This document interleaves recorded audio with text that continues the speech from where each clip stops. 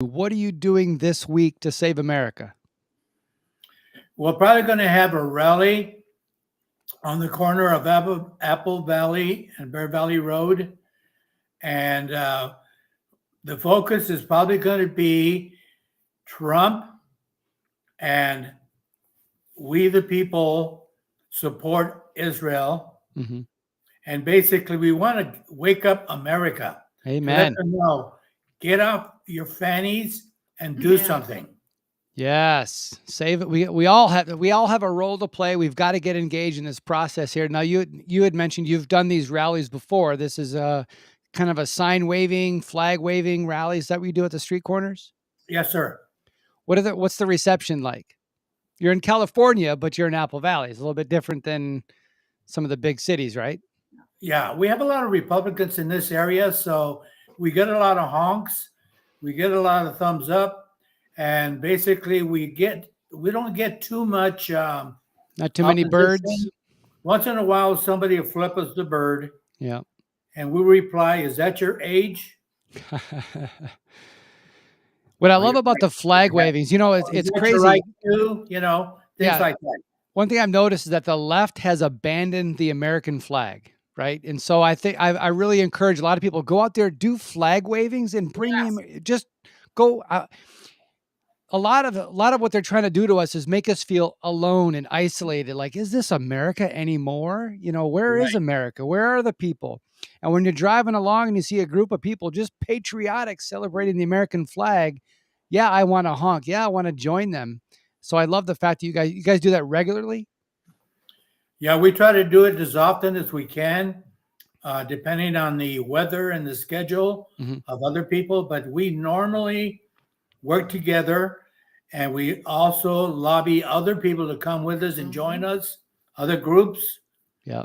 And it's great to get people together. That's awesome. And one thing I encourage in the Save America training camp is where you are engaging in the community. You're at your grocery store and you look at like, wow, this price of orange juice. Can you imagine what it was a year ago? And see what people's reactions are. And then I encourage people to be fishers of patriots. And when you're at the grocery store and somebody reacts favorably to that kind of a comment, say, hey, you know what? There's a bunch of Americans. We're going to go get together, wave some flags this Saturday. Do you want to join us? And you got to grow that way. I love the fact that you guys are doing that. Well, we've also visited our local congressman. We've been over to his office quite a few times. We're talking to him about securing the border. He's a rhino Republican. Yeah. He's frightened. He's scared. And yeah, good. We've been to his office several times. We go there unannounced. Mm-hmm. We're always respectful. Yeah. We're usually in and out in 10 minutes. We try to act like regular lobbyists. Yeah. And we do that a lot. We've done that in the past. We've done every congressman in the area, in the Southern California area, we've been to their offices. Do you do that in the name of an organization or just we're concerned citizens and we need to talk? We the People Rising. Yeah. As an organization? Yes. Tell me about that organization. Do you want to talk about it? Good, Robin. Well, we've been doing this for I've been doing this for 10 years. Yeah. We've gone to Trump rallies. I've been to 8 Trump rallies. We've met him 3 times.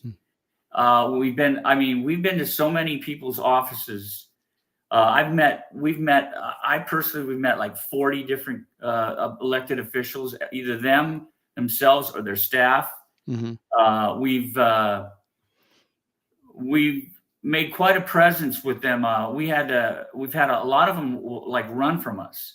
Yeah. We've had how many have ran from us?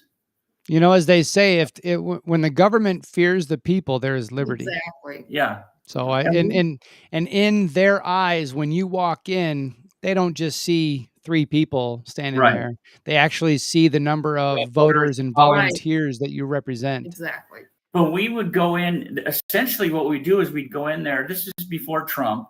We'd go into these offices and we go, hey, we want you guys to secure the border and we want you to enforce our immigration laws. And they would completely flip out. Yeah. What's the problem with that?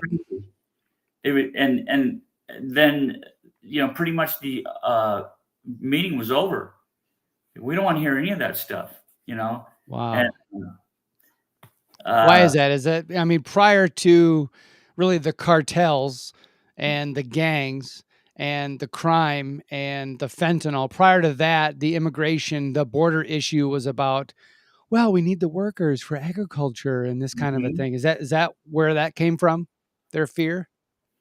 I don't know. I know that they don't know what to say to us. They don't really have an argument. So, like, for example, like with Kate Steinle, she was murdered. The guy who killed her, who murdered her, he made a complete confession. When he went into court, they acquitted him. So here's a guy who said he did it, full confession, and they acquitted him. And so this is what they're saying to us as Americans. This is what we think of you. Right. Mr. and Mrs. Steinle, this is what we think of you. Yeah. We've been to, we were just at another guy's office just recently in, what was it? Chris Holden's office. And we go to him and I told the guy, I go, Assemblyman. I go, you work for us, right? He goes, oh, no, we work for, I go, no, you work for us. That's right. And he couldn't even grasp what we were saying. Wow. And we told him, we go, look, he goes, look, I can't talk to you because you're not in his district. I go, but the law you're passing, which it did pass, made illegal aliens be able to be police officers. Now in San Diego, 26 police officers are now illegal aliens. And so they keep marching on. And we told them, we go, you're telling me I can't come in your office and talk to you. Chris Holden will not speak to me because I'm not a constituent, but you guys are passing a law for illegal aliens. I go, why don't you guys have an office in Guatemala? Right. Why don't you have an office in Honduras? What do you guys, and they're completely flustered. They didn't know what to say to us. And we're just pointing these things out and they have nothing to say to us. Yeah. That's just, do you guys have any, you do in California, any local municipalities that are allowing illegals to vote in local elections? They are allowing appointments to commissions. Are granted to illegal aliens. So that is definitely going forward. Because Maria Espinoza with the Remembrance Project, she and I teamed up and we just recently launched onlyamericans.vote.com, which I can't believe we have to do this. Excellent. But here we are with this. And yes. It's an advocacy tool to where you can just put in your information and you'll send an official email to your representatives. And it's state reps, state senators, your governor, your congressman, and your 2 senators. Because they all need to hear from people. Yes. Well, Jason, let me share something about the fact that I was a candidate for Secretary of State here in California. And the reason why I decided to run was because I've worked the elections for the past 20 years here in California. And I could see that there was a lot of problems with our voting system. One thing I would like to have is voter ID. This way, only American citizens can vote. If you don't have a voter ID, you cannot vote because you're not a legal citizen. Right. If you want to become a legal citizen, then get in line and do it the right way. So Robin has been working with We the People Rising, and we've been siding with her, helping her, and she is. I got a nickname that I gave her, and I called her. What do I call you? Wonder Woman. She is fantastic. She does a lot of stuff on the internet, on the website, and she is out there with us fighting, tooth and nail to go out there and basically inform and educate the people in California. Yeah. And that's what we have to do. We have to educate them. Yeah. I was wondering, you refer to these assemblymen or even your congressmen. How did they get elected if they're Republicans? And it's because of the lack of education, lack of understanding of the hierarchy of, our natural God-given rights, of the fact that we're a constitutional republic and the Constitution was written to protect our rights, not grant them, all those things. I appreciate the fact that you guys are among the community trying to educate them. Jason, another thing I would like to say is that Robin also was a candidate For assembly. for assembly. Ah, And I encourage every law-abiding mhm. American to consider running for some office, because that's the only way we can reclaim our country, by Yeah, taking it back from the Democrats. yeah, We are the people, and we need to fight for our rights. amen. Mike, what do you got? And another thing is, like, what I would suggest for people to do is find out where their congressman lives, Yeah. or his office is, Right. and go down to his office. And Yes. just what we found out, it used to be you walk in there and the door was open. Now they're locking all their doors, so you can't get Appointment through. only, right? Yeah. So I don't know if they're doing that now, but just over the like a couple of months ago, every place we went, the doors were locked. We had to talk through the intercom. But anyway, if you just get a group of people together, figure out what Yes. you can say, go in there and just be real quick. Don't take up a lot of their time, like a Yeah. real Like lobbyist. a lobbyist. Yeah. And you tell them what you want. You want the border secure, or whatever you want. Mhm. You want our immigration laws enforced. Right. And then you tell them that, and you know, this is a national emergency, whatever. And then you just leave. And I bet you there's, like, you have state senators, you have assemblymen, you have your congressman. Mhm. There is a whole bunch of people within driving distance of your house, I guarantee. Yes. And they could go to these people's house, just get a group of their neighbors, and just go over there.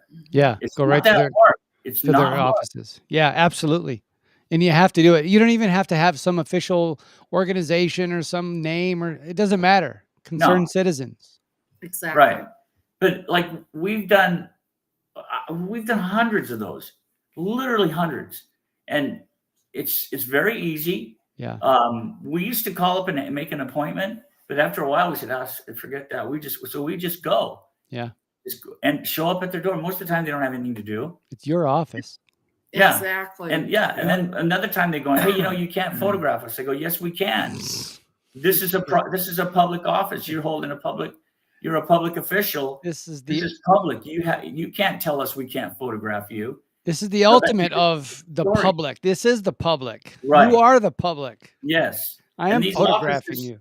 And these offices are rented by our money, our taxpayer funded money. So Yeah. a lot of them try and tell us, oh, you can't photograph us. Go, yes, we can. We can legally photograph you. If you don't Wow. like it, then maybe you should get out of this business and get into, The arrogance. Yeah, Sunlight is a great disinfectant. Let's get some sun in there. yeah. But I'd say people should do that. Become lobbyists. Citizen Yes. lobbyists. Yeah. And just tell Absolutely. them what you want. Like, just be blunt and to the point. Yeah. You know, you don't have to give a long speech. Just tell them this is what we want. This is what we expect from you. One of the Yeah. trainings that I go through is how to, really grow your own political influence. And I tell Yeah. this story. I say, two people walk into your congressman's office. One's got $1,000. The other one's you. Who's he going to listen to? Yeah. Because he's doing math in his head. Oh, we raised $1 million Right. last campaign. We got 100,000 votes. That's $10 per vote. This guy's got $1,000. He, in my eyes, represents 100 voters. How many do you represent in his eyes? And you've got to figure out a way, and there's ways to do it, to grow your political capital to where when you walk in that door, he sees you and he's like, wow, you represent a lot more than 100 voters. This other guy, I'm going to listen to you. We've got to get it to where they know your name, where they're actually seeking your opinion on matters. Mm-hmm. And you guys are in process there. I love that. Well done. Well, what I really loved about what we do, I used to just love doing but you go and you make these people uncomfortable. Mm. They're extremely uncomfortable. And I love it. I love watching them squirm Yeah. because they don't know what to say. Yeah.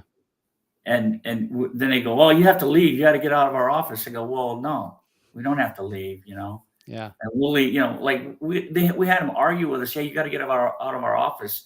I go, you've been telling us for 45 minutes to get out of your office.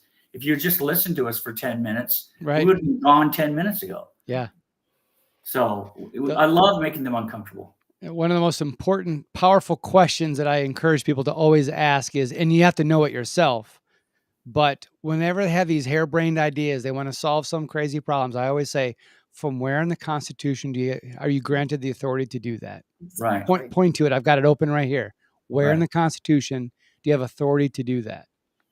Or what we'll do is what I've said before is I go, look, how is this going to help me, the taxpayer? Mm. How is this bill going to help me?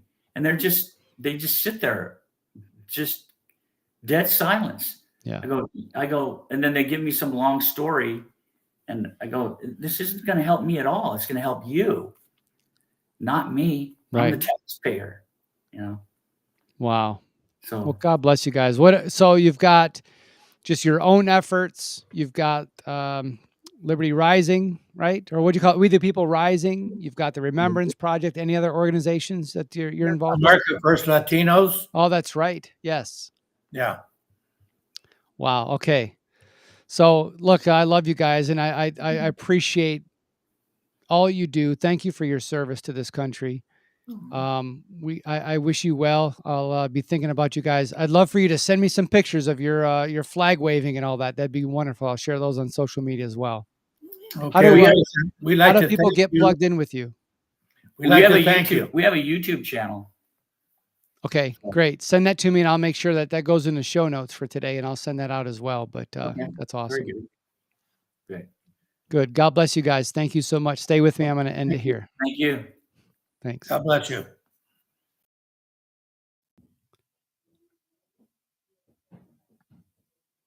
This segment brought to you by the Remembrance Project, theremembranceproject.org.